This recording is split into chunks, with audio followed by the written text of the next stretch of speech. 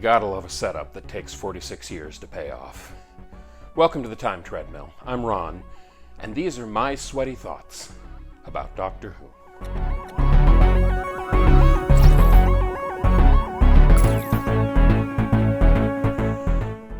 Spoilers for a 53-year-old story.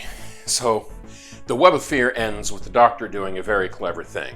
Unfortunately, as he is wont to do, he doesn't tell anyone else about this very clever thing he's doing. And so because of that, Jamie McCrimmon leaps into action and does a totally different, very clever thing and saves the day. The difference being that if the Doctor's clever thing had happened, the Great Intelligence would have been defeated once and for all. As it is, what we get is the Great Intelligence being severed from its actions on Earth and knocked back into the formless void, but they're poised to return again in the future. Which, common storytelling trope, of course.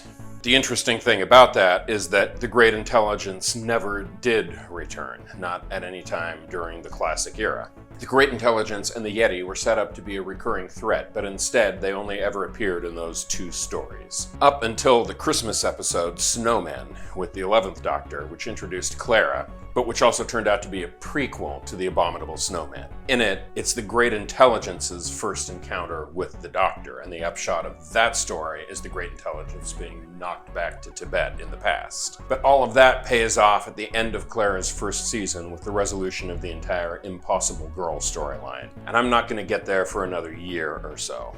But my point is, the setup for the 2013 season of Doctor Who was laid in the 1967 season. And for that, bravo to the modern series writers for digging deep into the legacy of the show to come up with an ancient enemy and really pay off a dangling plotline. So that wraps up my viewing of The Web of Fear. Before I call it a day, I wanted to talk a little bit about my progress on this project. If you had been there for my original lap through the Time Treadmill where I was blogging every day, and if you were to go to my website, timetreadmill.com, you'd see a graph there that shows my weight loss for the first year of that ridiculous project, where I was losing on average 2 pounds a day, and over the course of a year I lost 65 pounds and got to the lowest weight I've been in my adult life. But the problem with rapid weight loss is it is almost always gained back, and in my case I did start gaining weight back. The good news is I never got back up to where I started, and in that sense I beat the odds. Most people who lose a significant weight gain it all back and then some within 12 months. And that didn't happen with me. I've managed to stay well below my starting weight for over 3 years now. But I'm not gonna lie, the trend line on that chart really worried me, and that was one of my motivators for starting the second lap. Now, if all you do is look at the number at the start of every episode, you'll say, well, you're not losing much weight, are you? And no, I'm really not. But the important fact is I've turned around the weight gain I was experiencing, and I'm very, very gradually dropping weight.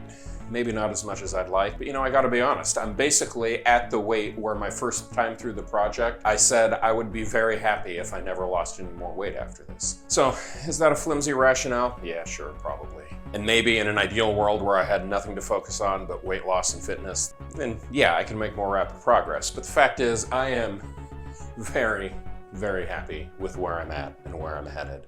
And a major part of that is this time that I spend with you, my imaginary viewers, every single day. And especially during this lockdown where everyone is homebound for extensive periods of time. This ridiculous project is what is keeping me sane. Well, that and the construction of a brand new audio isolation booth for voiceover work, and I'll probably show you some film of that in a couple of days once I actually have the walls in place, but I'm making good progress there and I am so excited. So on that point, I'm going to call it a day today. Tomorrow, I begin Victoria's last story, so be sure to tune in for that. And until then, as I always say, stay home, stay safe, be kind, and be patient. I will see you tomorrow.